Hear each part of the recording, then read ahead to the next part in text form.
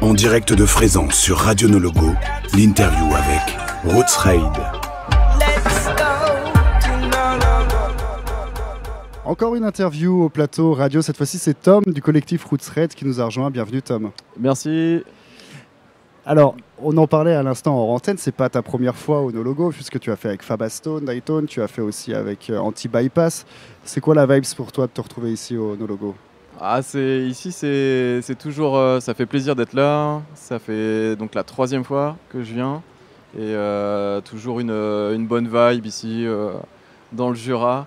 Ouais. Et moi je l'ai fait aussi en tant que festivalier, ouais, ça fait plaisir. Tu l'as fait avant de jouer sur les scènes du festival en tant que festivalier ou tu es revenu en te disant c'était cool, je joue pas, j'ai pas de date Ouais, voilà, je l'avais fait comme ça aussi. Puis, il y a une année aussi, j'étais resté les 2 jours qui suivaient et puis j'avais profité du bon moment quoi, ici. Ok. Quoi. Donc ouais, on est content là d'être là pour les 10 ans. Oui, les 10 ans tout quand à même. fait.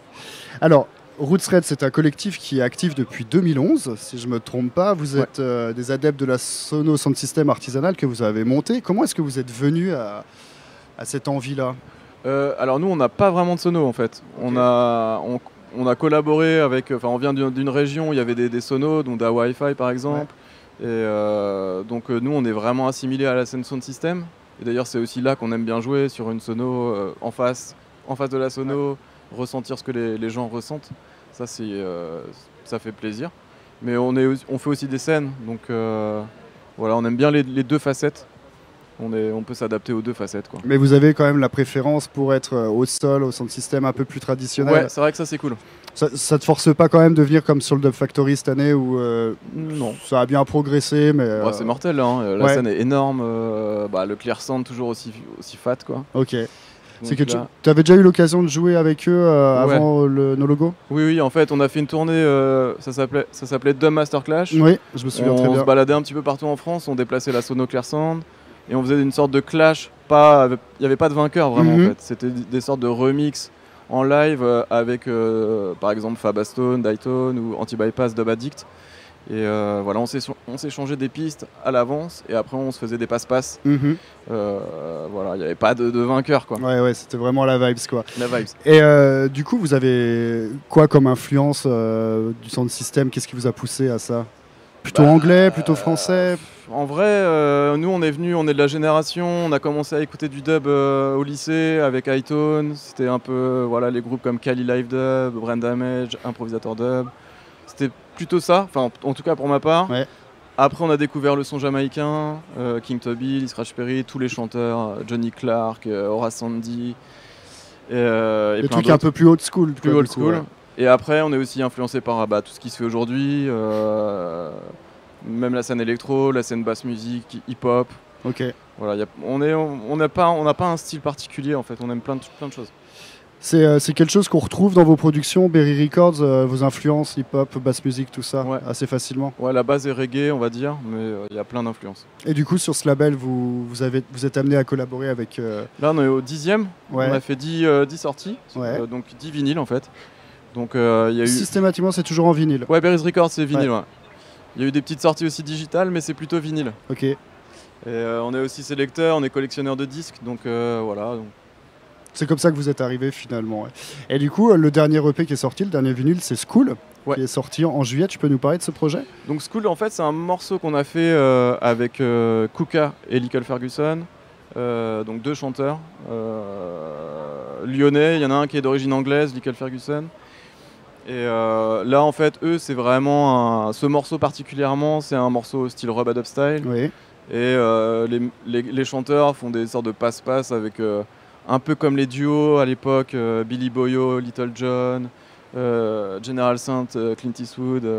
Voilà, c'est les duos de chanteurs un peu jamaïcains, un peu obscurs. Ouais. Eux, ils avaient envie de ramener ça un peu, ramener un côté duo en fait. Ok, très bien.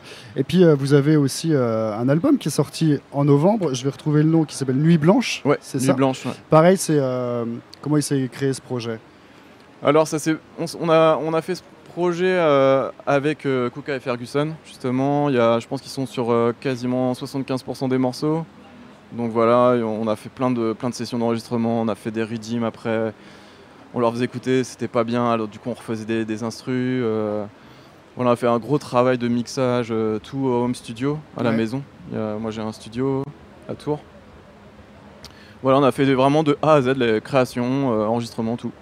Et du coup, toi, tu disais, tu as ton home studio, mais tu me disais que vous êtes deux dans le collectif. Comment est-ce que vous répartissez les tâches? Bah, en fait, on va dire que moi je fais des débuts d'instrumentaux. Ouais. Je commence des morceaux. Ben, il peut être là, il peut être pas là forcément. Il revient, là on mixe ensemble, on arrange, on se dit ça c'est pas top, ça c'est bien, vas-y ça tue. Et puis voilà, on fait comme ça un peu à la vibe. Hein. C'est vraiment là, nous c'est la vibe. Ok, très bien. À la Vibes, donc tu connais bien le Dub Factory, donc il y a pas mal d'artistes que tu connais ce soir. Il y en a qui te parlent particulièrement, que tu as très envie, Mongo Zi-Fi peut-être. Ouais, grave, Mongo c'est une putain d'influence pour Ouais, nous. Ouais. ok. Ouais, à fond. On a commencé, on a l'album avec Brother Culture. Ouais. Là, on l'a écouté trop quand on était au lycée. Ça fait plaisir de les voir ce soir. Ouais, J'imagine que tu les as déjà croisés. Ouais, on se connaît un petit peu. Ouais. Ouais. Mm. Pareil, j'avais vu que vous avez des influences aussi côté anglais avec Channel One, tout ça, c'est des gens que vous avez pu Ouais. fréquenter, vous avez pu partager peut-être des soirées ensemble. Ouais. Channel One, ouais, carrément. Alors en vrai, nous c'est plus Channel One UK. Ouais, Channel One UK en fait parce que c'est compliqué. Channel One, il y a plein de Channel One. ouais. Je fais un petit cours. Bah vas-y, je t'en prie. Ok. En fait, Channel One, t'as Channel One, le studio jamaïcain. Ouais. Ok. Et là, c'est les Roots Radix avec les frères Hookim qui ont révolutionné le son reggae au début des années 80. C'est une petite période. Hein, ça commence en 79, ça finit en 84. Ouais. Et là, c'était un band, Roots Radix particulièrement, qui jouait. Et tous les meilleurs chanteurs allaient au studio chanter. Et c'était King Tubby qui mixait ou Scientist. Donc là, le label qui a beaucoup produit de morceaux, c'est Greensleeve. Ouais. Greensleeve, gros label UK. Mhm. Donc ça, c'est le studio jamaïcain, Channel One. Donc c'était plus dans le style rocker, si je me trompe. Plus Robadub. Oh, Robadub déjà, ok. Voilà. Après, tu as la sono anglaise qui Ouais. s'appelle Channel One, là, donc voilà. Et après, tu as Channel One UK, ça c'est Martin Campbell. Ouais. Martin Campbell, un chanteur de ouf. Ouais. On est méga fan de Martin Campbell et lui, son label s'appelle Channel One UK. Ok. Voilà. Ça peut prêter à confusion finalement quand Exact. dans une phrase Exactement. tu te dis tiens, Channel One, c'est hyper dur de capter en fait. duquel était-il réellement en train de me parler? Ok, très bien. Qu'est-ce que ça vous fait à vous d'être là justement pour la 10e édition du No Logo, la 10e, l'anniversaire quoi? C'est Trop important. content. Franchement, on est trop ravis. Là, on a enchaîné 3 dates. On a fait le Sunska Festival la semaine dernière. Mhm. Nos logos ce soir. Et on a joué en fait. Nous ça y est, c'est passé. Ouais, c'était en début de. Donc on a joué au début, c'était mortel. On a accueilli les gens en fait. Ok. Là, ils ont ouvert les portes. Nous on était là. On a joué pendant 1h30. Et vous avez d'autres dates qui vont arriver prochainement Pour l'été, c'est fini là. Ok. On repart 23 septembre et après on a 7 dates. Ok. Voilà, après des dates qui sont en cours là. Ok. Ouais. Très bien. Je te remercie Tom. Merci beaucoup pour Merci ton à toi, temps. c'était cool. On va te laisser aller profiter du coup peut-être de Mongo Zi-Fi. Je crois que c'est un peu plus tard quand même dans la plus tard, soirée. Tu vas pouvoir avoir le temps d'aller te poser, peut-être manger, tout ça. Merci beaucoup Merci à Tom. vous, Radio No Logo. Big up à toi. Big up.